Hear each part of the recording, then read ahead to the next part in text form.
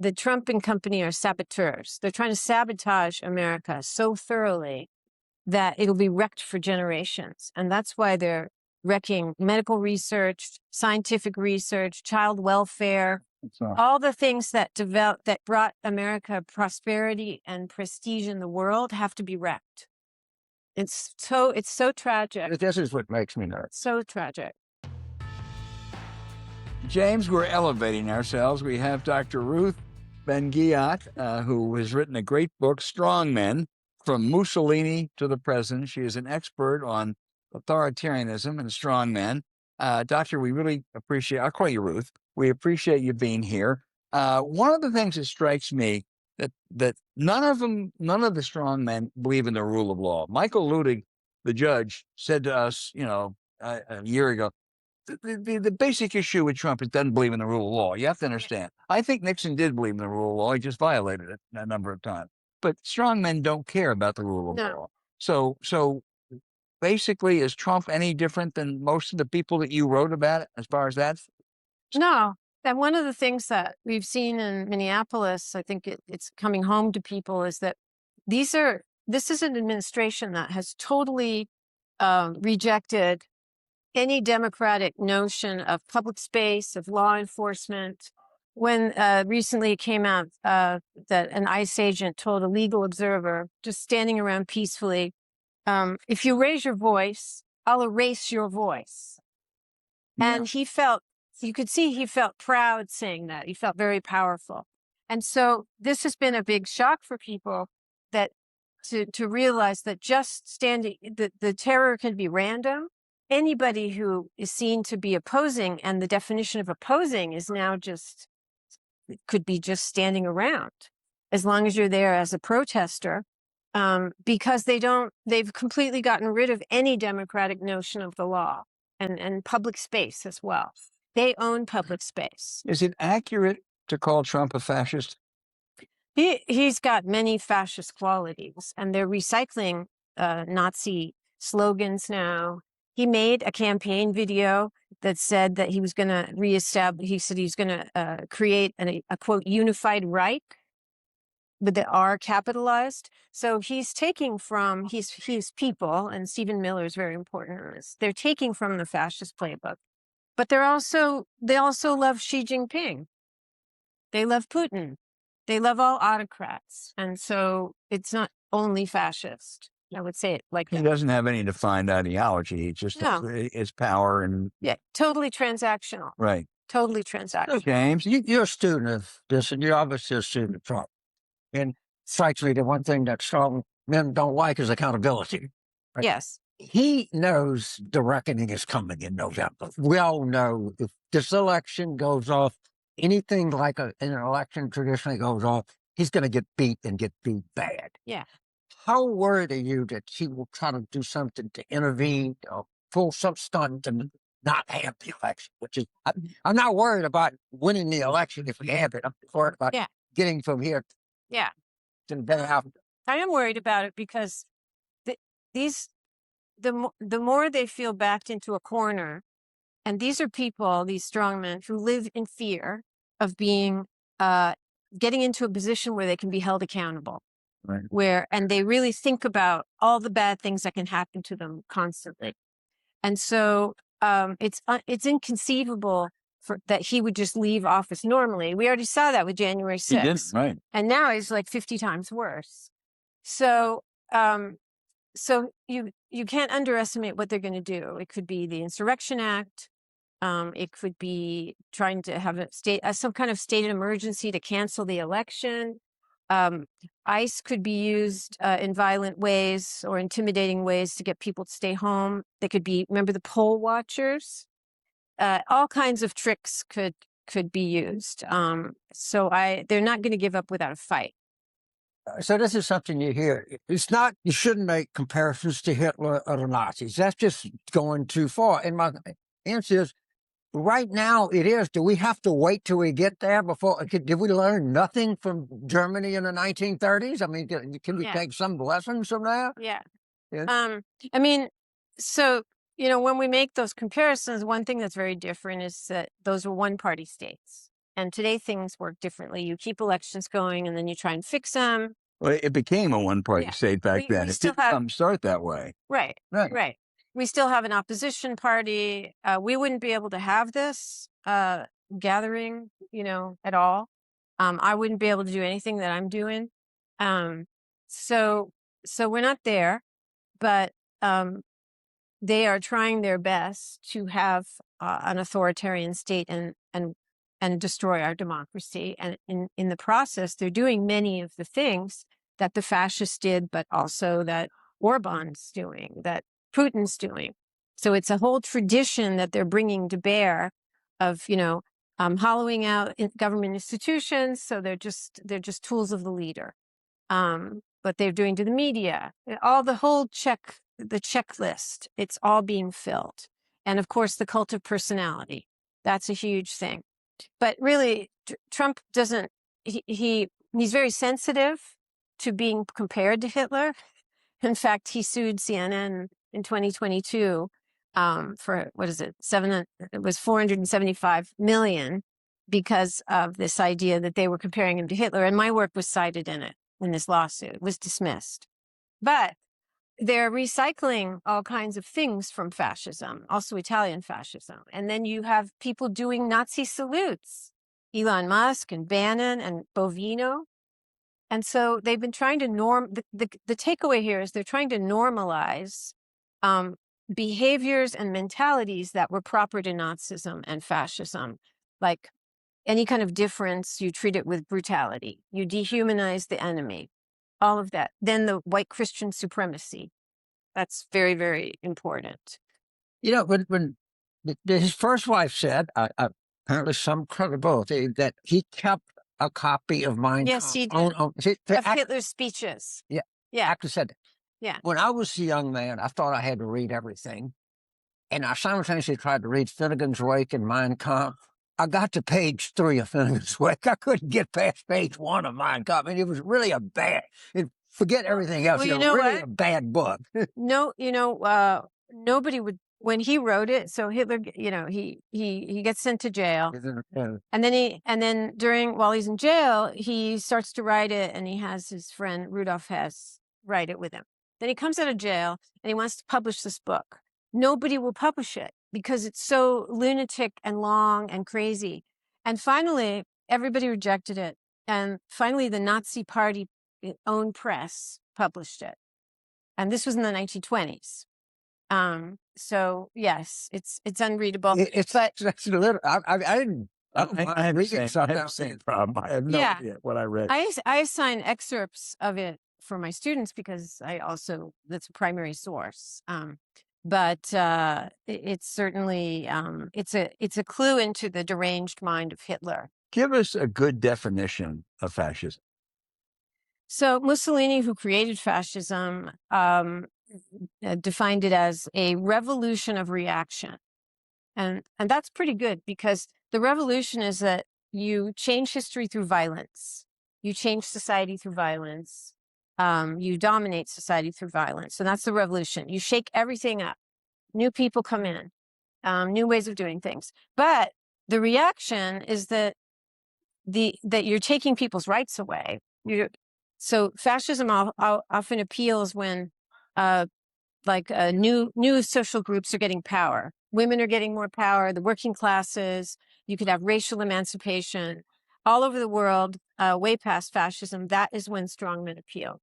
And so the reaction, and we see what happened in fascism, everybody lost their rights, but women became like baby-making machines for the state. There were obviously, unions were canceled, only fascist unions. So all of this social progress has to be, disappeared. And Trump was similar, where he appealed in 2016.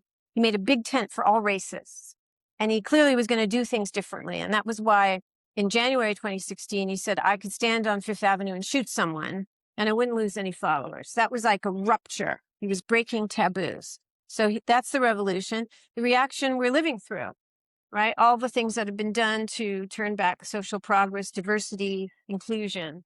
That's the reaction. His initial targets, prominent among his initial targets, were universities and lawyers. Yeah. that also is out of the authoritarian playbook. Yeah. And that was pretty important. And unfortunately, a number of them capitulated. They did. And the reason they were going after universities, for example, and schools is that authoritarians think long term. They think in terms of like really changing society for generations to come, because they have these fantasies of grandeur, right? Empires and putting your name on everything. And so education, they're always very interested in education. But they're also interested in wrecking the rule of law. And so they went, it was very, what I found interesting about going after the law firms is that they were trying to, because law firms are a feeder often for the next generation of people who work in government, DAs, prosecutors. So they wanted to get, to stop that pipeline. And so that they went after them. And then, of course, they were rewarded because people capitulated. And every time someone capitulates, others, others do the same. So that's been very unfortunate, but it's backfiring now. So this is right now. This is certainly, and fascism was certainly a right-wing phenomena. All right, but there is some elements of left-wing fascism. There's still some things that they. Yeah, there are left-wing dictatorships. Yes. Yeah, a lot. Like Maduro was. Yes. One. Yeah, but ultimately, so at a certain level, in terms of corruption and what they do to their people, Perón being another very good example, and the way that they're working together more and more. So China is working with Russia. Russia is a pretty right-wing state, even though Putin used to be a communist. And so communist and right-wing at the international level are meaning less today. When Trump was campaigning, he said in June 24, he did a speech, and he said, if you're a smart president, they don't have to be your enemies. You'll make them do great. And he was referring to North Korea, China, and Russia. And so for somebody who's very transactional at that level, even as they're going after their own people saying you're radical left, right? They're acting like a right winger. But when they're dealing with other world leaders, right and left don't matter. Right. So that's where we are now. And Stephen Miller's X account, the image he has up there is Trump shaking the hand of Xi Jinping. That's what Stephen Miller, who is very fascistic, but why does he have that particular image of all images? Because he wants to say that this is the strongman era, and really right or left, communist or fascist is less important than being an authoritarian. Right. So within the Trump administration, obviously there are people that are pretty schooled in this kind of stuff that don't know it. Yeah. Rank the most dangerous, and I'll just go Stephen Miller, Russell Vought, or J.D. Vance. Who do you think has that grasp on Pam Bondi and Cash Patel? It's hard to rank them. I don't know. I had to come up with No, it's hard to rank them. One might say that Vance is the most dangerous because he's the vice president. Right. He has the power of the office. Right. And he's there as the proxy for Peter Thiel and Musk, who are very, very powerful people outside of government. Fine. And Musk in government. Stephen Miller, I put him in my book, which was written during the first Trump administration, comparing him to some ideological fanatics who are bureaucrats in like Turkey, like the Minister of Justice in Erdogan's Turkey, who's a mass jailer. Because these are people who have a vision of how to deal with the enemy, and they're highly ideological. So he's extremely dangerous too. Right. Hegseth is dangerous because he commands the largest, most important professional military in the world. That makes him dangerous. And he is also dangerous because he is there because he's a sycophant. And he doesn't have much personal power. He will do whatever Trump says. Yes. So he's a little bit different than the other two. But what happens is that all of these people come together in some horrible synergy to make things very bad for a country. They all have their roles to play. Hey, I kind of worry less about Hegseth because he's got a lot. Some of these flag officers are pretty smart and pretty clever. And they can. Yeah, but he's trigger happy. Yeah, well, definitely no. Yeah. He's always, and this is before he was appointed. He was defending war criminals, and his whole thing is about war fighting and lethality, and not just the way that he conceives of the ideal qualities of the soldier are about violence, sometimes for violence sake, it seems. It's not what Matthew Ridgway or Dwight Eisenhower or George and not Marshall, service. it's It's not service. It's not service to the Constitution, but it's not valor. He seems drunk on this kind of ability to be a war fighter. And it's very infantile. Unfortunately, he's heading this large, very powerful military. So that is why he's very dangerous. I study military coups too. And so people can say, well, these are clowns. What damage can they do? But we've already seen how much damage they can do, because look what they're doing to the world now. It's true. Nightmare. Ruth, James and I have, other than sports, had very few disagreements, really. We're amazing. Is that one thing I think we differ on a bit is what happens after Trump. I'm pessimistic. I think the damage is so deep that it will endure much longer. It will be much harder to fix. James's view, I think I'm accurately reflecting this, is people are going to be so disgusted and so, just that, we've got to come back, and it will happen rather quickly. Where do you come down? I'm not just saying this to be diplomatic, but it kind of in the middle, because I do think people are fed up. There's this autocratic backfire process that's going to start. And we've seen it already with elections. The Republican Party is going to be judged. And so we will, I'm quite optimistic that we will come out of this as a better democracy. But that's also where the damage has been. Do we really have the desire to fix what's wrong, which would involve discomfiting a lot of people, because inequality is a problem. The Electoral College is a problem. There's structural and almost philosophical things that Americans haven't wanted to fix before. Right. And so we can get out of this, but to avoid this happening again and have a more equitable democracy without billionaires controlling it, all the structural problems we have, I don't know if there's a will to fix that.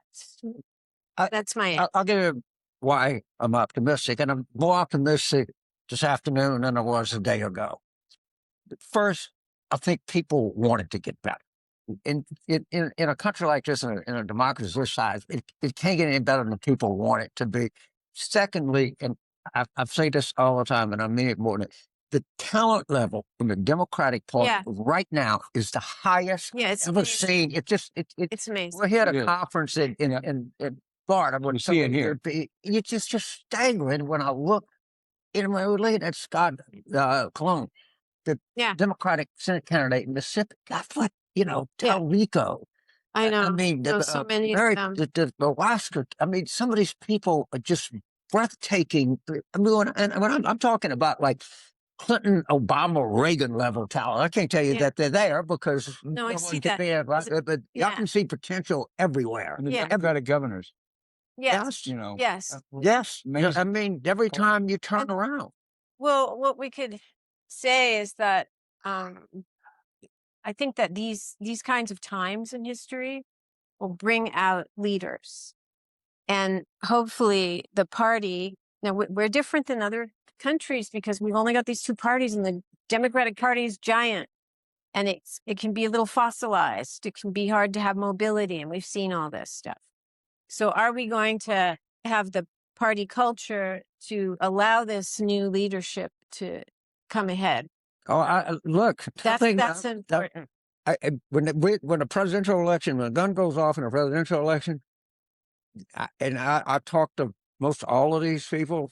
Please run. The more that run, the more competition. I really believe that the Yeah. political market is like any other market. The more competition, the better. And whoever emerges will be all the stronger for it. Right. Yeah. You ain't gonna, Yeah. you're not But going to be a these- runner. Yeah, what worries me is, and I hope you and James are right, you probably are, but how do we restore relations with other countries? How can they trust America again? How can they be confident we're not going to go back the way we did this time?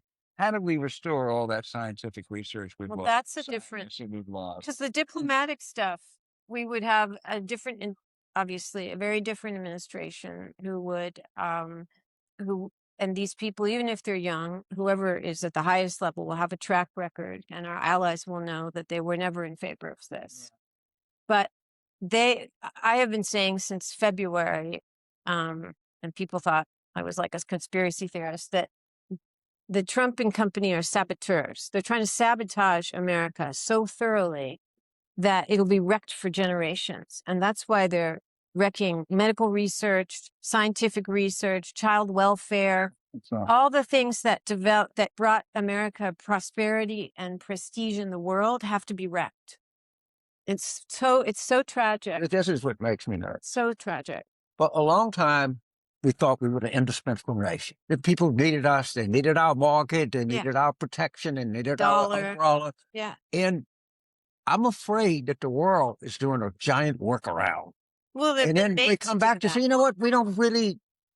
Yeah. We don't need you. We thought we had to have you, but we're going our own way. Mark Carney's speech at Davos, I think, was really a turning point, James. And that is what really, really worries me, is that they say, and that's by design, because I truly see Trump as in office in part to solve Putin's problems and to make autocracy flourish. That's why I quoted that speech. He really meant it. He's going to make them do great.